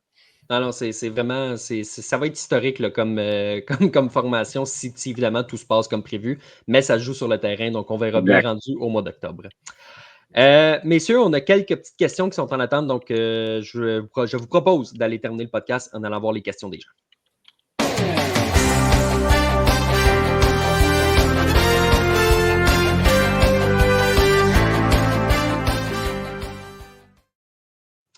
Alain, je veux te lancer la première question qui vient de Matt ici, qui nous demande c'est quoi la différence entre le cas Guerrero Jr. et le cas Mookie Betts à l'époque avec les Red Sox de Boston qui a finalement été échangé aux Dodgers pour rien. On se souviendra que c'était à 1 an de l'autonomie qui avait été échangé. Finalement, les Dodgers avaient profité de l'opportunité pour lui offrir une lucrative prolongation de contrat. Dans le cas de... C'est un peu ce que les Astros ont fait avec Kyle Tucker aussi dans une certaine mesure. Les Blue Jays, eux, qui ont pris la décision inverse de dire on mise sur le fait de garder Guerrero et probablement d'essayer de le prolonger. Écoute, la différence, c'est peut-être la philosophie de l'équipe. Je ne me trompe pas, là, quand c'était arrivé, Bloom venait d'arriver avec les Red Sox de Boston. Donc, et le mandat de Bloom, c'était de faire plus avec moins. Ouais. Betts, ça ne rentrait pas dans la philosophie qu'on demandait à Shane Bloom à ce moment-là. Avec le recul, on se rend compte que c'était une erreur. Mais compte tenu qu'en 2021, on a eu une bonne saison dans cette reconstruction-là des Red Sox de Boston, c'était une des 2 années, entre guillemets, chanceuses des Red Sox. 2013, c'était pas le plan du tout de gagner la Série mondiale, puis on l'a gagné quand même. Ouais. Donc, moi, ça s'est rentré dans le plan. Et alors que les Blue Jays, regarde, avec Rogers, les Blue Jays ne seront pas en reconstruction. Là, on a les moyens, on les a. On a tenté d'acquérir des joueurs, puis on va continuer de tenter de les acquérir. Mais c'est juste à savoir si le contrat qu'on va donner, si ça rentre, si c'est de la bonne business. C'est ça qui va faire en sorte qu'on va étendre l'argent que Vlad veut ou non. Mais corrigez-moi, messieurs, mais je pense qu'à l'époque, les Red Sox et le clan Betts, on voulait peut-être commencer des négociations et que c'est Betts lui-même qui avait même, bon, pas suggéré, mais dire probablement qu'on ne s'attendra pas, ça serait peut-être bien de m'échanger. Donc, ce que je veux dire, c'est que c'est pas le cas de Guerrero là, actuellement. Là. Ouais, avec le recul, Mookie Betts a dit j'aurais été prêt à signer avec les Red Sox au bon prix. Mais évidemment, il n'y a personne qui va dire le contraire non plus. Là, il ne va pas se mettre les partisans de Boston à dos pour rien. Donc, elle est où exactement la vérité? C'est une bonne question. Mais très, très clairement, si les Red Sox l'ont échangé, c'est parce qu'on sentait que ça ne servait à rien de le garder pour une dernière saison avant de le perdre pour absolument rien. Ouais. Shane Bloom venait d'arriver quand c'est arrivé avec les Red Sox. Puis il avait un mandat, puis ça ne rentrait pas dans le mandat de Shane Bloom. Absolument. Puis on en a parlé tantôt, là, le fait qu'il a réussi justement à reconstruire cette filiale-là là, du côté de Boston. Marc, on a une question ici que je te lance. Qu'est-ce que les Red Sox vont faire avec Devers s'il devient un paquet de troubles dans le vestiaire pour cause qu'il a perdu son poste avec Alex Bregman au 3e but? On a eu la confirmation de ce qu'on savait, évidemment, là, avec le fait que Christian Campbell va commencer au 2e coussin. Alex Bregman prend le 3e but, ça solidifie la défensive, mais ça envoie Rafael Devers comme frappeur de choix. Rafael Devers qui n'avait pas vraiment le choix de commencer la saison-là en raison de sa blessure, mais là, Alex Cora qui nous dit non, c'est notre frappeur de choix pour la saison 2025. Il avait été très, très, très éloquent à ce niveau-là en disant « Moi, je ne veux pas être frappeur de choix, je suis un joueur de 3e but. » Qu'est-ce que tu fais comme gérant dans ce cas-là? Parce que visiblement, Alex Cora a eu l'air de bien gérer ça parce que la situation s'est calmée et visiblement, on est arrivé à un consensus. Mais c'est sûr que Devers, en ce moment, c'est pas le plus satisfait des hommes compte tenu de sa situation personnelle. Ouais, vous savez, dans la vie, il faut apprendre de nos erreurs. Et je pense que la réaction de Bregman qui dit « Moi, je vais jouer où c'est que je vais pouvoir aider l'équipe. » Puis là, tu as un Devers qui dit « Moi, pas question que je m'en aille du 3e. » Et là, on a fait tomber la poussière un peu, probablement qu'il y a eu un petit tour dans le bureau de Cora, puis qu'on a commencé à jaser, puis dire, écoute, nous, comme organisation, tu as un contrat à long terme, tu es content du contrat probablement, en tout cas, je le souhaite, dans le cas de Devers. Regarde, la meilleure équipe qu'on peut mettre sur le terrain en ce moment, c'est de mettre Bregman au 3e, qui est un meilleur joueur en défense. Tu as parlé de Campbell. Bon, on a dû expliquer le tout à Devers, et là, tu as vu son langage, en fait, son message complètement changé par la suite. Ça, c'est correct. Il y a de l'orgueil là-dedans, puis il y a un paquet d'affaires, mais c'est correct. Mais on lui a fait comprendre, tu es déjà à long terme. Là. Tu t'en viens pas jouer autonome dans 2 ans, puis il faut augmenter ta valeur. Tu l'as. Puis là, on a une chance de gagner. Alors, c'est quoi tes priorités dans la vie? Là? C'est de gagner. Fait que, moi, je pense que Devers s'est mis le pied dans la bouche à un moment donné, mais il a réalisé, comme tout professionnel, à un moment donné, il a dit j'ai-tu besoin de gagner ou perdre de la valeur individuellement? Pas vraiment. J'ai juste, si je gagne, si l'équipe gagne, je vais l'avoir, ma valeur. Fait que moi, je pense que la maturité qu'on vient de gagner dans le cas de Devers, là, maintenant, reste à voir, est-ce qu'il peut être aussi bon frappeur comme frappeur de choix? Parce qu'il y a des joueurs qui ont de la misère à faire le transfert, messieurs. Oui. J'ai toujours pensé que Giancarlo Stanton, d'ailleurs, les statistiques sont là pour le prouver, lorsqu'il joue au champ extérieur, il est meilleur que s'il est frappeur de choix. Oui. On souhaite évidemment que Devers soit aussi bon chez les Red Sox de Boston, mais clairement, messieurs, puis je pense que vous allez tout être d'accord, c'est une meilleure équipe avec Devers comme frappeur de choix et avec, évidemment, Bregman au 3e. Absolument. Puis les Red Sox ont aussi le luxe de dire, écoute, si tu as de la difficulté à t'adapter à ton poste de frappeur de choix à temps plein, appelle le numéro 34 d'il y a une couple d'années, David Ortiz. Il est capable de te donner des conseils sur comment jouer comme en étant un frappeur de choix à temps plein. C'est sûr que c'est pas fait pour tout le monde, mais... Non, exact. Mais tu sais, tantôt, on parlait du cas de Tristan Casas, là.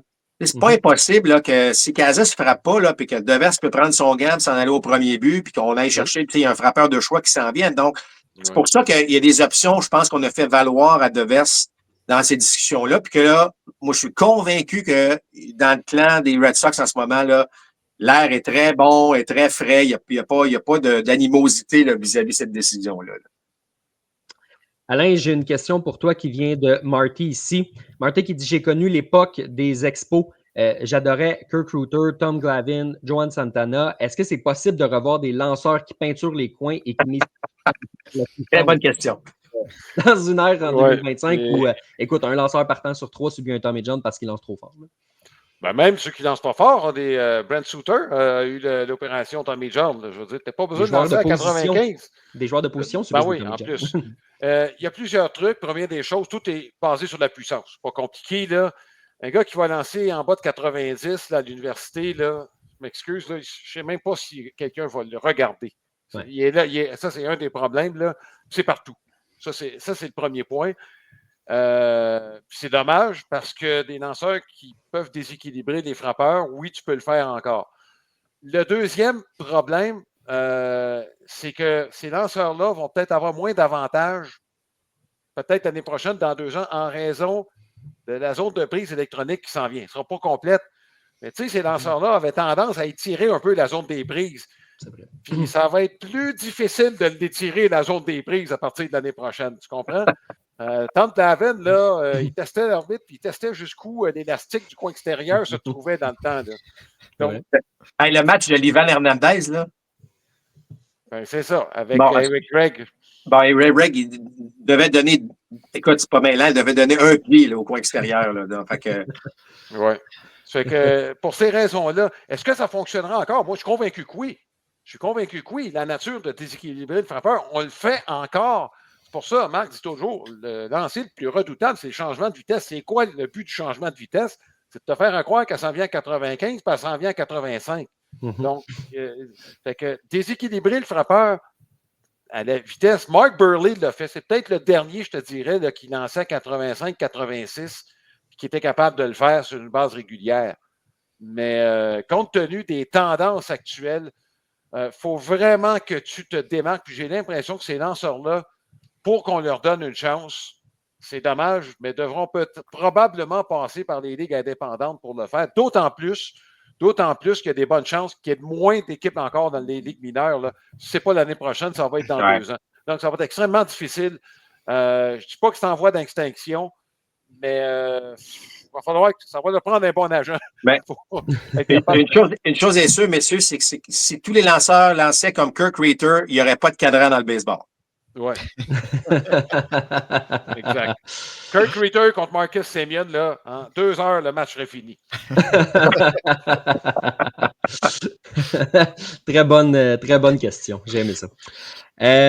Sébastien, on revient en 2025. Il y a Jean-Michel ici qui nous demande, dans les matchs où Alan Roden va jouer, est-ce qu'on pourrait le voir dans le premier rôle de l'ordre des frappeurs parce qu'il y a plus ce profil-là, en fait, que Bo Bichette. Dalton Varsho et George Springer ne semblent pas correspondre non plus. Moi, j'ai l'impression, Sébastien, que s'il joue comme il en est capable, qu'il se rend sur les sentiers, puis qu'il frappe des doubles, puis qu'il place la balle en lieu sûr, c'est un frappeur gaucher en plus. Pas impossible qu'il soit premier frappeur de ce club-là. Non, pas impossible. C'est pas impossible qu'il y ait un système d'alternance aussi. Quoique, pour le moment, ça va être à lui de prouver qu'il est capable de prendre ce rôle-là. C'est pas nécessairement évident. Ça vient avec la pression de se rendre sur les sentiers, de mener ce rôle offensif-là. Mais s'il le fait de façon régulière, on va avoir de belles options pour John Schneider. Pour le moment, j'ai l'impression que Schneider veut y aller avec Bichette, Guerrero, Santander. Ça va être son top 3, va débuter l'alignement offensif de cette façon-là, mais ça va être aux jeunes de prouver ce qu'il peut faire. Puis ça fait aussi repousser le reste de l'alignement parce qu'après le top 3, c'est très mince du côté des Jays. Donc, si on est capable de pousser Bichette au 2e rang, Guerrero 3, Santander 4, bien là, au moins, le reste des frappeurs, Kirk, Springer, reviennent un petit peu moins rapidement, puis on est capable d'avoir un petit peu plus de profondeur. Donc, c'est vraiment pas impossible. Ça va dépendre de ses performances. J'ai hâte de voir si on va déroger du plan de Guerrero 2 et Santander 3, Marc, parce que si on décide de mettre Bichette 2 et d'avoir un autre frappeur premier, ben, tu repousses un petit peu l'arrivée du frappeur qui va suivre Santander en se disant « Oh, est-ce que c'est vraiment un 4e frappeur, ce gars-là? » Le bas de l'alignement peut arriver rapidement à Toronto quand même. Oui, puis tu sais, Alain l'a mentionné tantôt avec justesse, c'est lui, son rôle, Roden, c'est de se rendre sur les buts. Ouais. Fait que, tu sais, c'est important. Tu sais, un rôle offensif, là, c'est à prendre au sérieux. Là, parce que ce que je veux dire par là, c'est que Kirk Rutter, par exemple, c'est un spécialiste à frapper dans les doubles jeux. Fait que il ne faut pas que tu le mettes, selon moi, dans le cœur de la formation parce que tu te retrouves avec des gars sur les sentiers. Fait que dans le bas de la formation, si jamais c'est un gars rapide qui frappe devant, ben là, tu peux peut-être même tenter le vol de but, tu peux tenter des choses pour éviter la balle à double jeu. Dans le cas de Roden, c'est la même affaire. C'est que si on le met, mais dans le bas de la formation où il est un peu perdu, c'est un peu comme au hockey où tu rappelles un marqueur puis tu le places sur le 4e trio dans la Ligue nationale. Alors que ça donne rien. On ne maximise pas son talent. Fait que moi, si Roland doit jouer, moi, je le placerais dans le haut de la formation. Puis je suis d'accord avec Seb de repousser les gars d'un rang. Je trouve que ça donnerait une meilleure profondeur. Tu as l'impression que là, on est capable de gérer le milieu de la formation encore un petit peu mieux. C'est mon opinion personnelle, mais chaque joueur a des forces, puis il faut les exploiter, ces forces-là, puis en les plaçant dans le bon rôle, dans la bonne chaise, c'est là que ton équipe va en bénéficier. Alain, on parle du rôle de premier frappeur. Peut-être pas si c'est un lanceur gaucher sur le monticule, mais est-ce qu'un Will Wagner peut jouer ce rôle-là une fois de temps en temps aussi chez les Blue Jays, s'il reprend là où il a laissé en 2024? Ben, il y a le profil lui aussi. Tu sais, tu arrives dans le baseball majeur, qu'est-ce que tu veux? Utilise tes forces. Puis, Marc, l'analogie avec un compteur, c'est sûr. Un compteur, si tu le mets sur le 4e trio, ben, OK, ça ne marchera pas. Donc, c'est sûr que si Wagner et Roden, ce qui est dommage, c'est que les deux frappent du même côté, là, mais c'est sûr que c'est deux gars au même profil. Wagner a peut-être plus de polyvalence en défense, c'est ce qui l'avantage. Mais si tu les emploies dans la formation, regarde, mets les premiers. C'est la place où il faut que tu les mettes. C'est des gars qui se rendent sur des buts. Kevin Biggio, on l'a mis tout le temps 8e, 9e. Je sais qu'on dit souvent que le 9e frappeur, mais quand il était à son. Puis il a fait d'équipe en passant, Kansas City, Biggio. Si ce gars-là frappe juste 2,50, sa moyenne de présence sur les buts va être au-dessus de la moyenne du baseball majeur. Donc, je ne suis pas sûr qu'on a optimisé l'utilisation de Kevin Biggio avec les Blue Jays de Toronto. J'espère qu'on a appris des leçons de ça. Parce que, honnêtement, présentement, parmi les réguliers, j'en ai pas de premier frappeur. Bichette et Springer ne correspondent pas à ce profil-là. Non, Springer a été cette réponse-là pendant quelques années, mais aujourd'hui, c'est plus le cas. Là. George Springer doit frapper plus dans le bas de l'alignement ou être sur le banc même une fois de temps en temps. Messieurs, merci beaucoup pour ce beau podcast-là. Ça a été très agréable d'avoir votre opinion sur ce qui va se passer en 2025 dans le baseball majeur. Je vois les commentaires aussi. Les gens ont vraiment apprécié votre présence au podcast. Donc, c'est très gentil d'avoir pris le temps. Évidemment, on invite les gens à vous suivre le podcast Compte complet. Puis évidemment, Marc, on peut vous retrouver un petit peu partout aussi là, dans la grille horaire RDS, les matchs qui vont recommencer. Donc, si tu veux en profiter pour parler de tout ça. Oui, bien rapidement, effectivement, écoute, nous, c'est assez précis. On fait tous les matchs du dimanche soir, du lundi et du mercredi. Le lundi et mercredi, évidemment, il y a des duels différents. Mais donc, on est là 3 fois par semaine et notre balado Compte complet qui est présenté donc tous les lundis de la saison régulière. Alors, écoute, on parle de baseball tout au long de la saison. Ça va être une belle année, les gars. Je pense qu'il va y avoir. La Ligue américaine nous propose quand même pas mal d'équipes qui peuvent se rendre au championnat de la Ligue, championnat de Ligue, si vous voulez. Contrairement à la Ligue nationale où tu as les Dodgers puis les Phillies, les Braves, on joue à peu près encore dans les mêmes équipes. Mais au moins, la Ligue américaine nous offre la possibilité d'avoir plusieurs équipes là, de faire les séries. Absolument. Ça va être assez ouvert à ce niveau-là. Alain, merci beaucoup à toi aussi d'avoir été là. Puis on te souhaite bonne chance dans ton projet de curling là, qui se continue évidemment dans les prochaines semaines. C'est une dernière grosse semaine pendant le baseball. Là, les deux sports qui s'entremêlent. Écoute, il y a de la grosse compétition qui s'en vient là, pour moi. Là. Voilà, donc bonne chance dans tout ça. Et Sébastien, merci beaucoup encore une fois d'avoir été là cette semaine. Évidemment, nous, on peut nous suivre au podcast de Passion MLB. On peut aussi nous suivre sur le passionmlb.com. Oui, exactement. Puis on va placer l'épisode qu'on vient d'enregistrer sur les deux entités, donc Compte complet, Passion MLB. Vous allez pouvoir le réécouter ou l'écouter pour la première fois si vous ne l'avez pas fait. Puis je vais renchérir. Merci beaucoup, messieurs, d'avoir été avec nous. Ça a été vraiment un plaisir de mettre la table pour cette belle saison qui s'annonce. Le plaisir était pour nous. Exact.